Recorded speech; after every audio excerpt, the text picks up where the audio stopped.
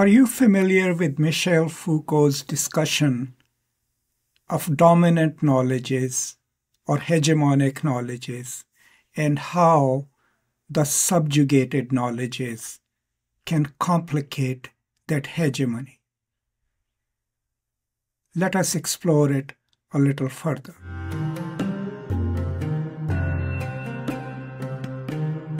So Michel Foucault is probably one of the most important French philosophers of 20th century, considered both a structuralist and post-structuralist. And towards the end of his careers, he also gave a lot of public lectures. In 1980, he gave 2 public lectures, which were later published, and they were about power and knowledge. And in those lectures, he discusses the significance of what he calls subjugated knowledges. Now, before we go into what he means by subjugated knowledges, it's important, of course, for us to first understand what role does knowledge play in Foucault's understanding of the world, right? And for that, you need to understand his theorization of discourse. Now, I have a video on it, which you can watch later, but briefly speaking, a discourse, a scientific discourse, or we can even say a social or political discourse, relies on certain standardized knowledges that are accepted by everyone else. It has its enunciating subjects, people who specialize in it. It has institutions that lend it prestige, governments. So at any given time, the truth as we understand it or believe in it is constructed through a discourse of knowledge, power, prestige, and it then has its truth effects. So truth in Foucault is not something natural that we go and dig out. It's discursively normalized and produced. So in any given science, for any knowledge to be accepted, it has to be scientific, it has to be accepted as scientific, it has to have a certain scientificity attached to it, and that's how it becomes, through its practitioners and institutions, the accepted dominant knowledge. Now, this might apply to sciences, but it also applies to society and politics. So what Foucault then explains in this lecture is that for any dominant knowledge or knowledge that has become hegemonic and accepted, there is always a strain of what he calls subjugated knowledge, right? Knowledge that is either sidelined or not acknowledged or not accepted as true. And what he suggests is that the role of the analyst or the intellectual or the scholar is to retrieve the subjugated knowledge as a political act and juxtapose it against the dominant, accepted, or hegemonic knowledge, so that the discourse of that hegemonic knowledge is destabilized, it's challenged. And all of this happens within power, right? Because you can't go outside of the power structure and come back in to do that. So Foucault describes 2 kinds of subjugated knowledge.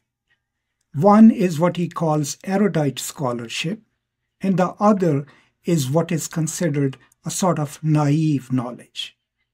So erudite scholarship traditionally will be that there are works of scholarship that have been produced about a given subject, but they have not been accepted by the dominant discourse of knowledge and hence either are silenced, sidelined, or negated. But they are works of scholarship. The naive knowledge is the kind of knowledge that is dismissed as, oh, it's an old woman's tale, or this is the village people just making up stories, or patients telling their own condition what's happening to them. All of that, since it does not meet the challenge of scientificity, is then reduced to a sort of naive knowledge, which is suspect, not to be trusted. We have the dominant knowledge, or a discourse that is accepted and considered the truth and has its own truth effects in the world.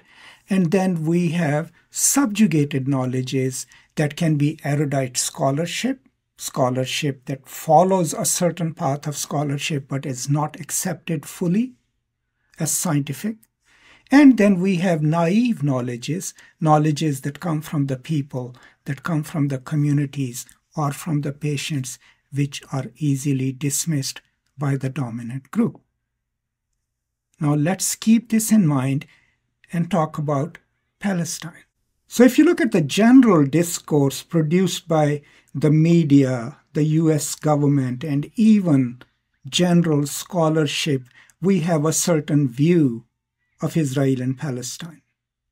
Within that, the Palestinians are either offered as a problem or offered as not being a people at all, and Israel, by and large, is offered as this democratic nation surrounded by hostile enemies and then in a constant struggle against the Palestinian people who absolutely will not accept it, right? That's the dominant knowledge produced by the media, also by scholarships, a certain scientific discourse of our understanding of Palestine, Israel, and the struggle. Now, built into this large discourse is also sort of an unstated assumption that the Arabs and the Jewish people and the Muslims and Jewish people have always been belligerent communities and they don't trust each other, they don't like each other.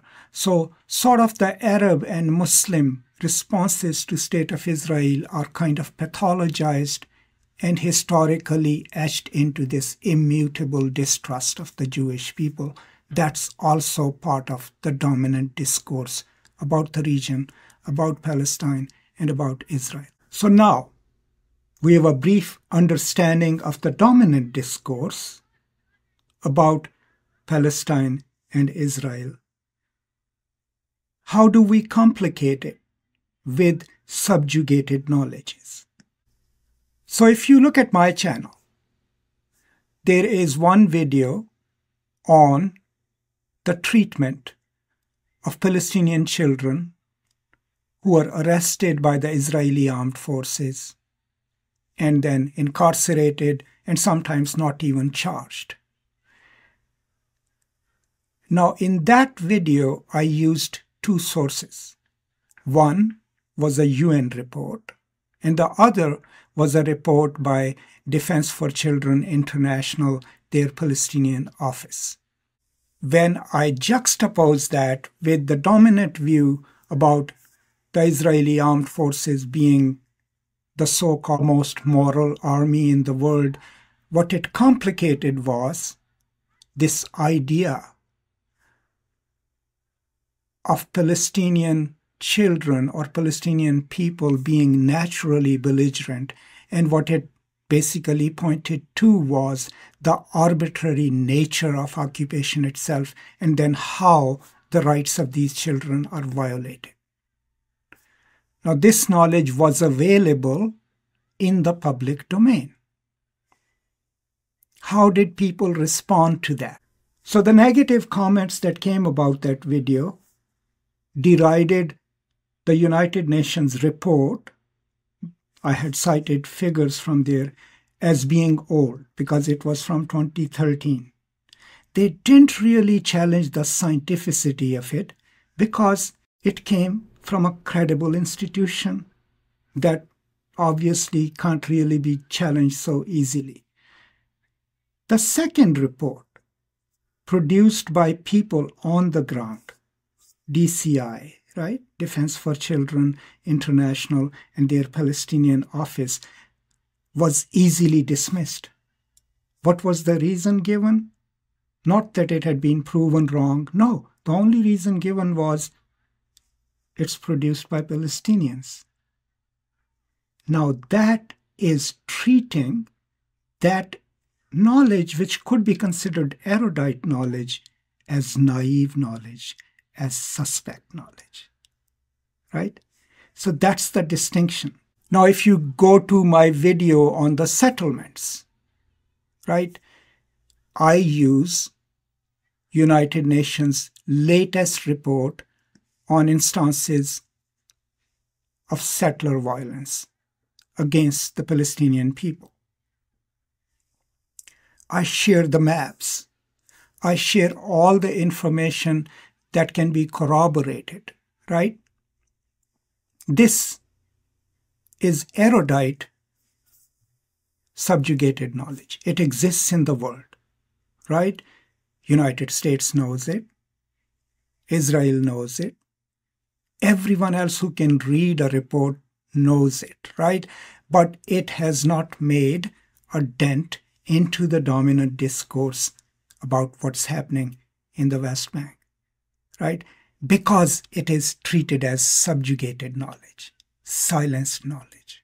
Beyond that, if you want to go into how the personal accounts and personal narratives of Palestinian people are treated, you can very easily know that they are treated as naive knowledge, as knowledge that can be easily dismissed, right? So in this entire discourse, anything that the Palestinians say, write, or record is easily dismissed, is made suspect, right? That's the power of the dominant knowledge. So both the erudite scholarship that is contrary to dominant discourse, it doesn't matter if you are Ilan Pape or Normal Finkelstein. You can do brilliant work. But when it comes face to face with the dominant discourse, people try to dismiss it. And any personal narratives that people from Gaza might be sharing or recording are also easily dismissed because they are from the Palestinians, right? But what has complicated that? We already know now that the subjugated knowledges are now having an impact in the world. They are complicating the mainstream narrative. They are challenging or posing a challenge to the normalized narrative, behind which is the power of United States and the State of Israel. Why? Because of social media. Previously, a researcher or a journalist might have gone and interviewed some Palestinians as to what happened to them and then written a report which could have easily been tucked, on the 10th page of a newspaper. But now, the testimony of Palestinians in Gaza or Palestinians in West Bank is sometimes coming to us live, right? So the power of social media and general activism of scholars and people who care about Palestinian life has now brought the hegemonic discourse of knowledge about Israel and Palestine to a moment of crisis. So in one way, we could say that when Foucault said in 1980 that the role of the intellectual or the analyst or the scholar is not just epistemological, that they keep producing knowledge, but it is their job to retrieve subjugated knowledges, silenced knowledges, both erudite and so-called naive, and then juxtapose them against the dominant knowledge, hence bringing the normalized discourse to a level of crisis, right? If you have watched any of my videos, I don't claim that they've done great stuff, but my videos on Palestine are focused on different facets of Palestinian experience. They tell the story of what happens to Palestinians under occupation. They tell the story of what's happening in Gaza. They tell the story of everyday experiences of the Palestinian people. Those stories are told through meticulous research, using the information that is available but is silenced. So in a way, my job as a public scholar is to retrieve those knowledges and then complicate the normalized, prejudiced view of Palestinians in the media as well as generally in the United States.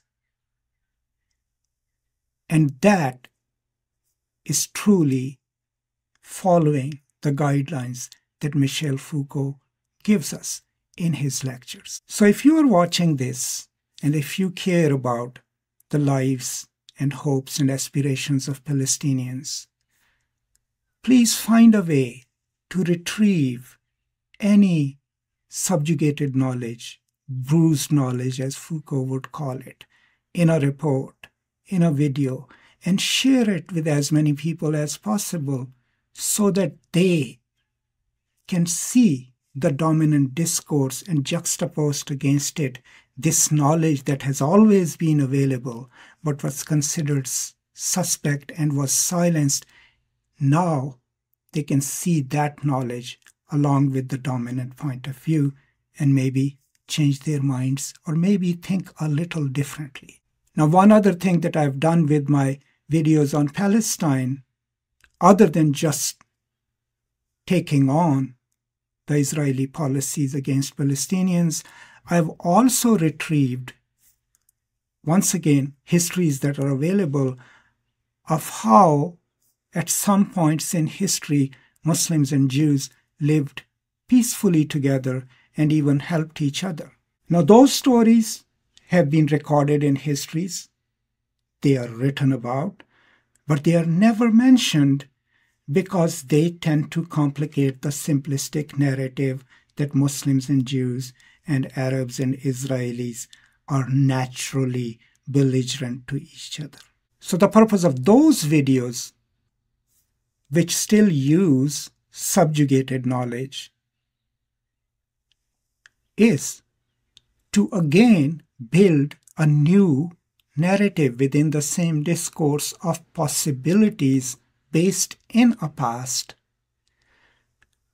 of a future in which these two communities, the Palestinians and the Israelis, can dare to think of each other maybe as neighbors and not necessarily as natural enemies. So overall, this brief foray into Michel Foucault's work gives us yet another tool to think about how knowledge is produced, what kind of effects does it produce in the world, and then what is the significance of retrieving, articulating, and speaking with the knowledge that might have been silenced, that might have been erased, or that might have been dismissed by the power brokers of the dominant discourse of knowledge.